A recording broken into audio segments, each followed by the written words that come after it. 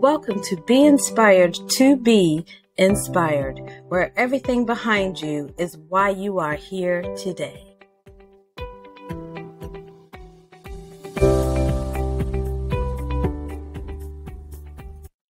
Hello, everyone, and thank you for another moment in time.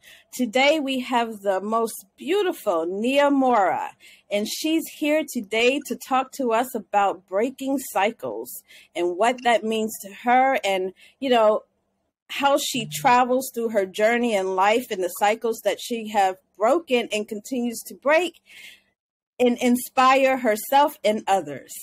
Miss Nia, welcome. And let me just say this also. Oh my goodness. She is a poet and she is a life coach. And she has some great things that I'm hoping that she's going to talk to us about that's coming up in November, called The Soul Surrender. So the floor is yours, Miss Beautiful Nia Mora.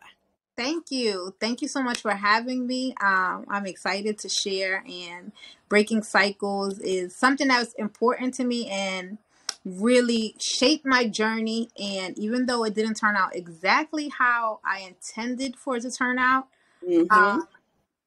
it still was a catalyst for so many other things for me.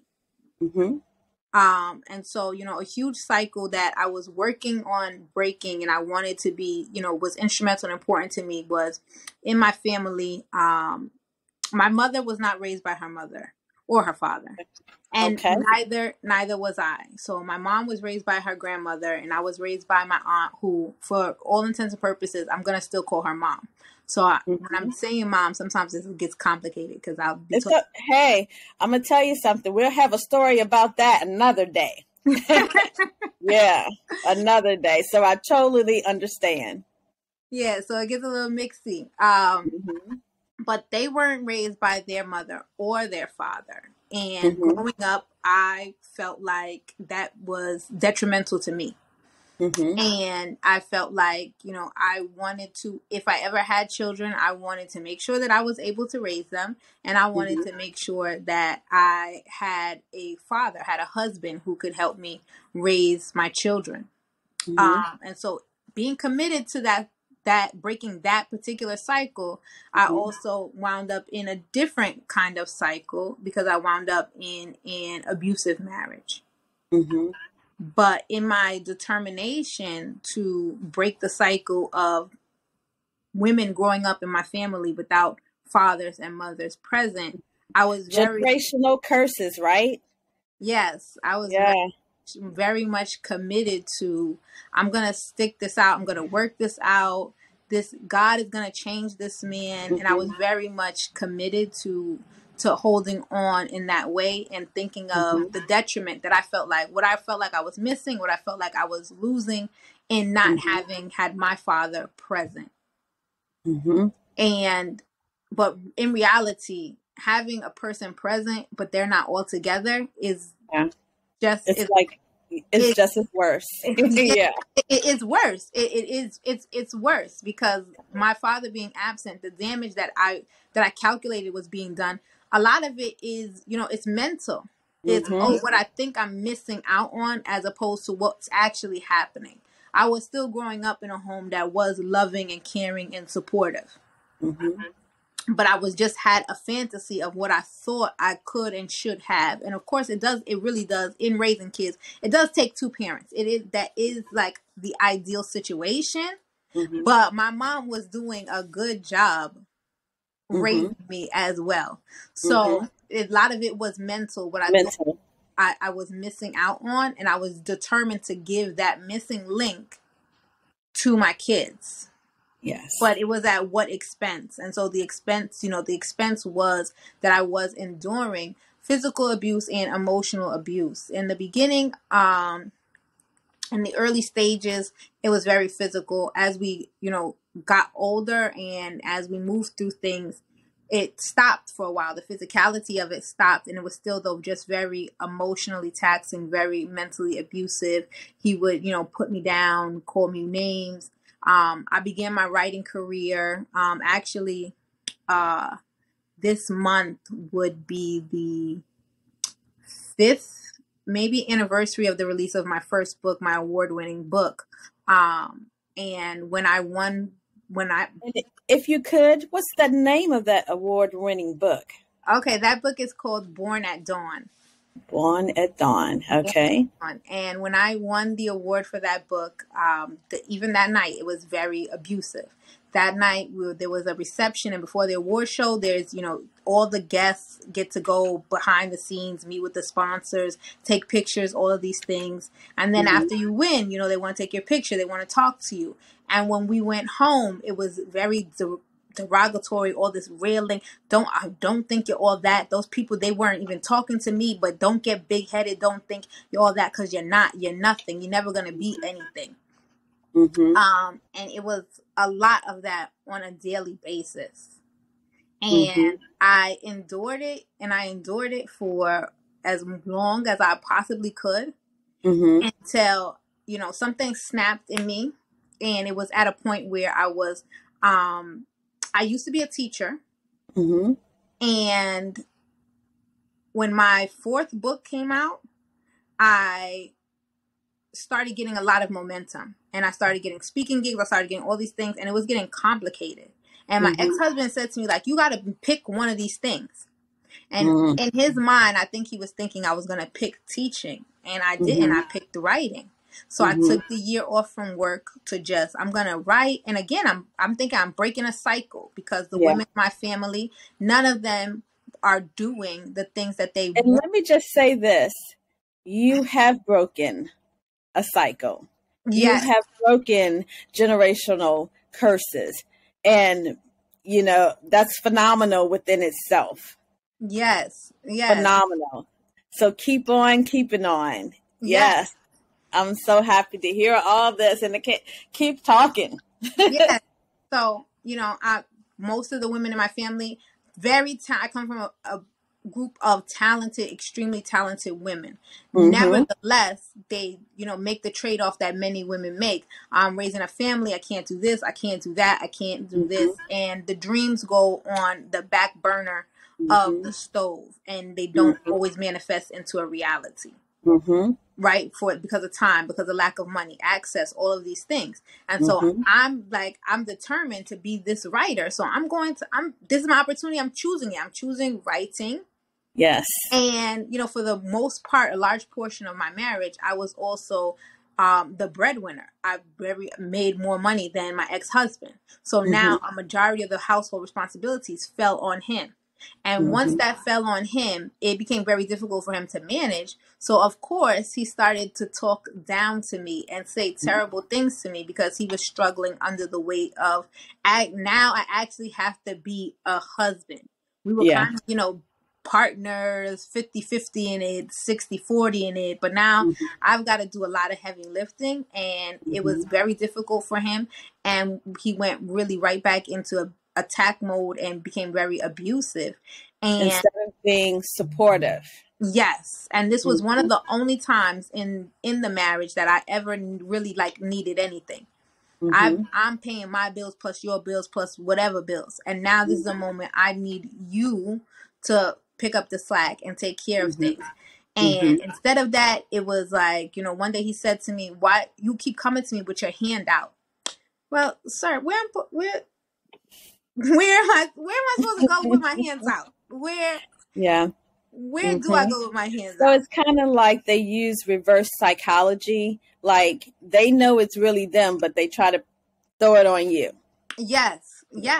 And you have to be a very strong person to endure such a thing, and also to keep the momentum for your own self, keep the momentum for the benefit of your children, keep the momentum for, whatever it is that you are choosing to do for a career choice, and hold that sanity.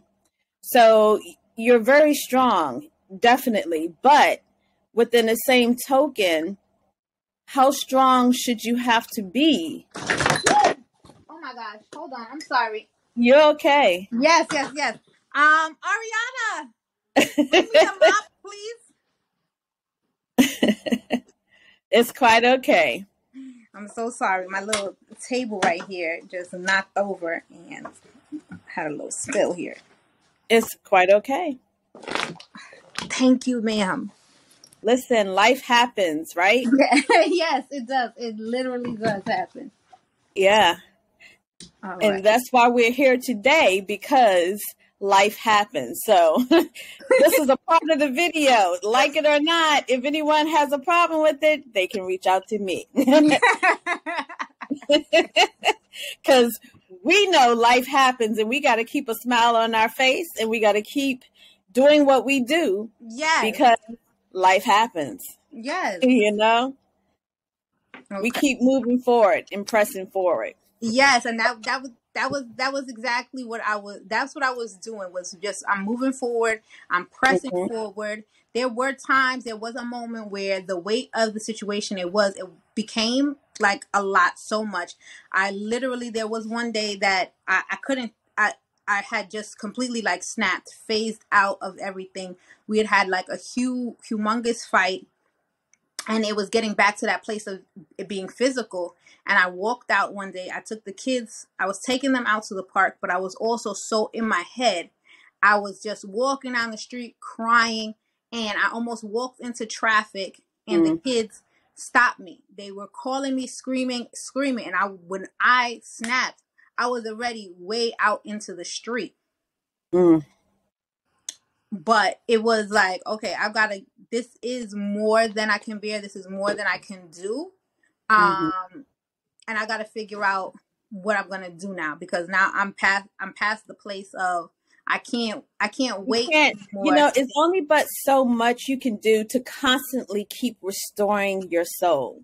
When someone is constantly pulling at you for something that's negative, for something that is destructive, for something that is,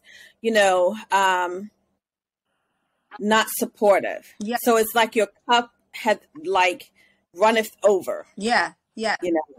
So, you got to be able to touch into something else, someone else for restoration, because yes, we have it internally, but when we hit that point where internally that's energy that we keep going back to restore ourselves is empty, it's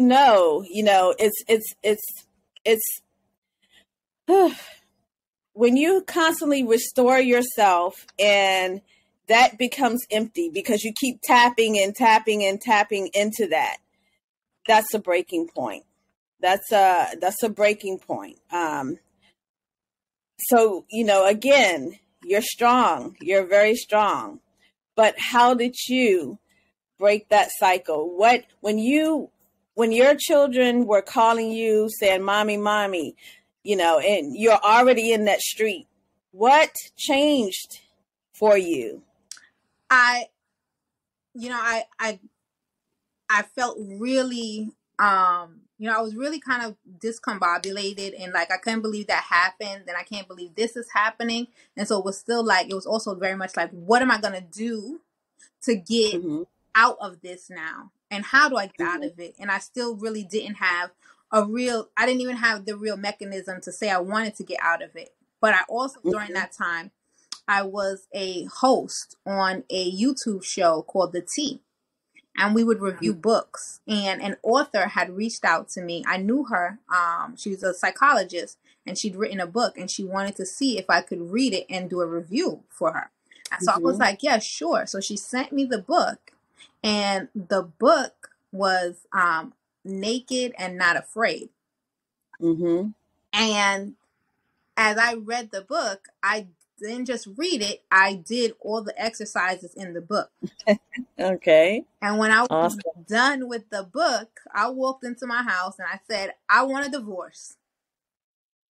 Get me out of here, because I'm getting out of here. Let me go. Keep everything. You found your courage. Keep everything. You can have everything. I just let me out of here. Just let me out of this. Let me out of this situation. Please. That's all. That's it. And I'm not laughing at you. I'm not laughing at you. I'm just like, I got you. Yes, yes. Like I don't want nothing. Just let me go, please. That's Mm-hmm. it. That's all I'm asking for. And then I began to start saving money. And even in that process, I began to become awake to things that were happening, how the manipulation was happening, because I had wanted to leave. That wasn't the first time I had proposed divorce. Like this marriage is strenuous on all of us. You're acting crazy, so clearly you can't take it. This is a no, it's no good for anybody here. Like, let's not just do this for me. Let's do this for you. Because I seem to bring out the worst in you. Right. So you shouldn't be with me either. Like, yeah, let's do the right thing for everybody. for everybody. And it was always like, well, you need your own money. You need this to go. And every time I would save money, a pattern would occur. All of a sudden, there would be some major catastrophe that you need $10,000 to bail you out of this. All of a sudden, the rent is behind. We got to use $5,000 to pay the rent off. So everything I'm saving is depleted. I'm starting back at zero again. And then I realized, like, this man is not having a money issue. This is a cycle to keep me here. If I can't save money, I can't leave. Right. So I began to take the money that he would give me, and I would save that money. When he would ask for money, I would give him back his own money and keep saving my money. And then, and I kept on saving, but I also, in that situation, I had, over the period of time, I had developed bad credit. And in New York City, you know, if you want to get an apartment in New York City, it's like you got to make 4 times the rent. And so it was just like, I kept getting no's. No one, like, kept getting no's. And so 2 years I passed now since I've requested a divorce, but I still hadn't found a place to go to. And now we're in the middle of the pandemic, and we're together almost every single day. So things like, let me ask you this. Did you find it tough to find adequate resources? Yes, but for me, it was a different, I think, situation, because in reality, in the city, there are a lot of resources for people who are going through domestic violence. However, I had never reported an issue with domestic violence. So now there was nowhere for me to really go, because What about finding help with mental health, or help with, you know, just channeling the feelings that you were going through, and, you know, someone to talk to doing all this? So at that time, I was also very heavily involved in my church. And at my church, you know, it was one of those churches that seeking mental health is kind of frowned upon. Jesus covers it all. Yeah. He'll do it all. Yeah. You don't need to talk to anybody. You could talk to— Yeah, that's one of the things with, you know, people of color. You know, we frown really, like, upon the fact that, oh, you need what? Mental health? You're going to a counselor? You're doing what? You can settle this all by yourself, you know? And I would say that, you know, I've been a victim of such, you know, talk myself. But there are some true value to being able to go to someone and have your say. And that mental health may not be the typical counselor, or, you know, where you would have to go to, like, marriage counseling, or go talk to someone that doesn't understand your culture.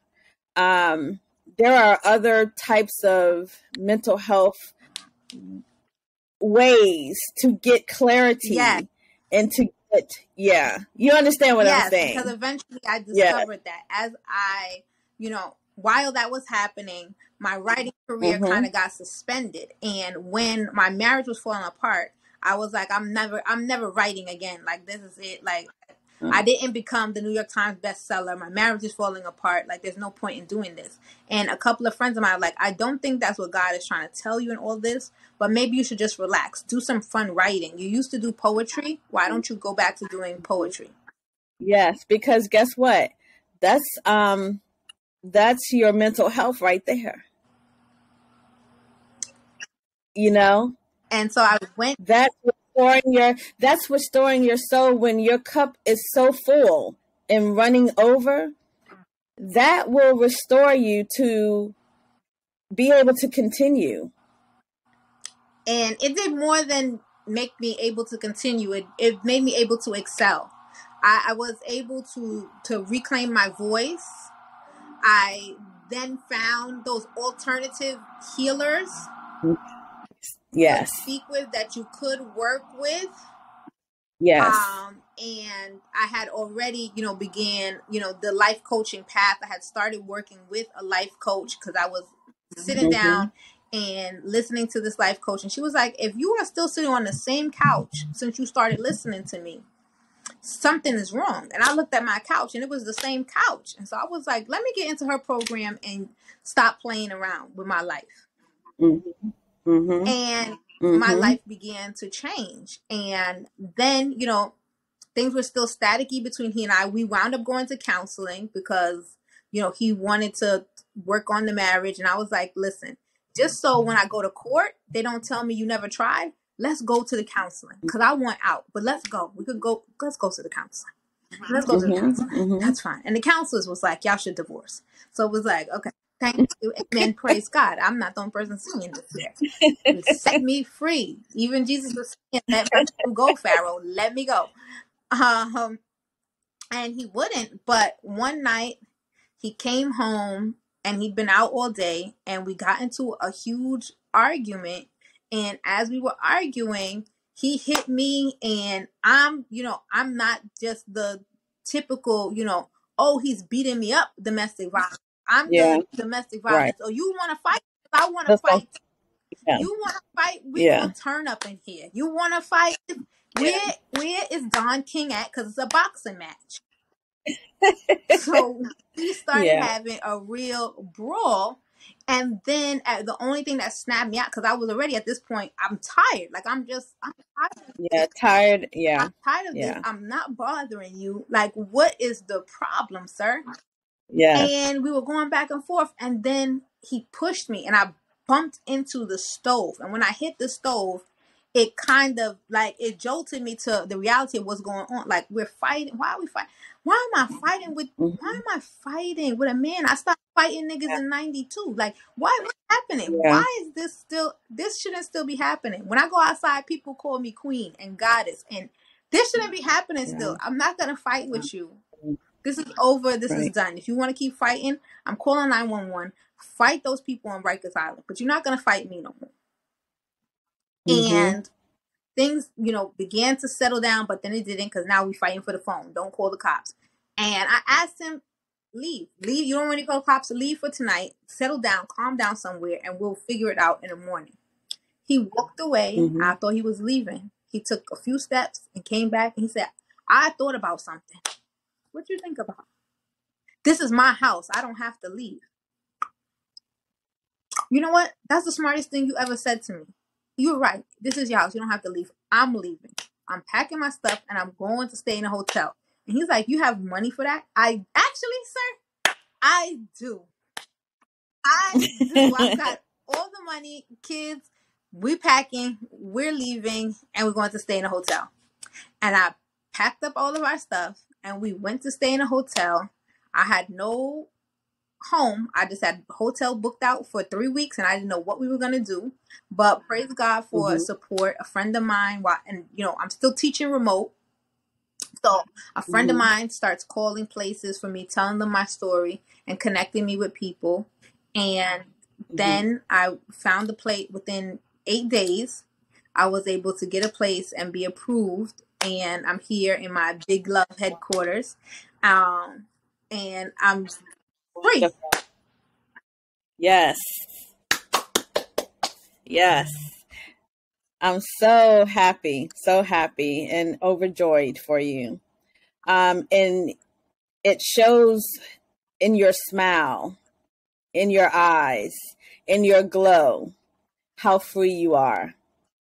It really does. It really, really does. Let me ask you this. And you've been breaking cycles since you envisioned that that's what you wanted to do, and you're still breaking cycles. Is there a poem that you would like to share with us?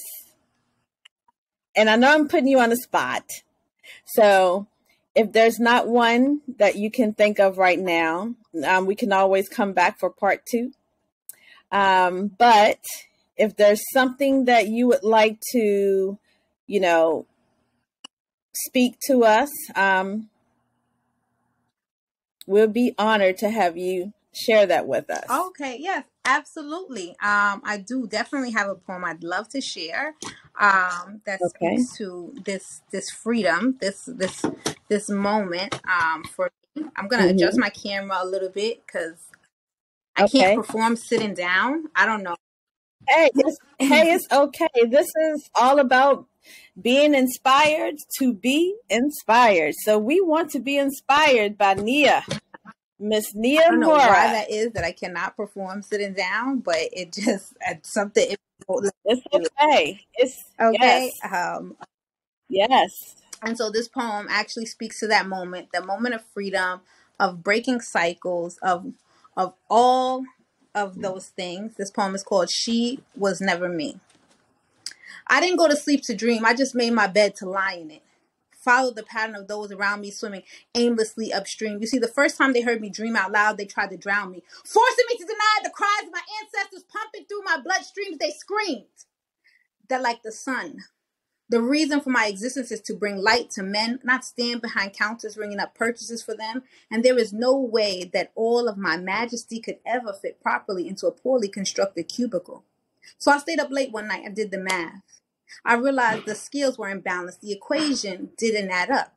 Because you drank life through a bitter cup, you tried to throw dirt on my name and make me believe that a black woman ain't got no right or the time to dream. And I stepped out every landmine you laid out for me. You see, I traded in my power for doubt. You see, I let you beat me at 3-card Monte. I started counting your losses as mine. But baby, the time's up now. Ain't no prince come and kiss me, but baby, I'm woke now. And who you said I was and what I was created for are two totally separate entities. So stop and stare as I pull the gauze off of my dreams and strip these grave clothes off that you tried to bury me in, apart by the seams. I am propelling into a territory that you have never seen. And I know I look like the girl that you once knew, but I promise you, she was never me and I was never she. I am an entirely new creation. I have no inhibitions. So come and pluck a petal if you dare, but I recommend that you prepare to experience every single one of these thorns, because I will never let you pluck another dream from me for free. That girl that you once knew, I promise you, she was never me. Yes. Beautiful. Beautiful. And what a way to end this moment in time. Oh my goodness, that was powerful. Thank you. Very Thank powerful. You. Yes. So I would love to continue to connect with you. I'm going to disconnect us. And again, everyone, this is the beautiful Miss Nia Mora. Thank you. Thank you. Thank you for having me. Yes, absolutely. Be inspired to be inspired. Until we meet again, have a good one.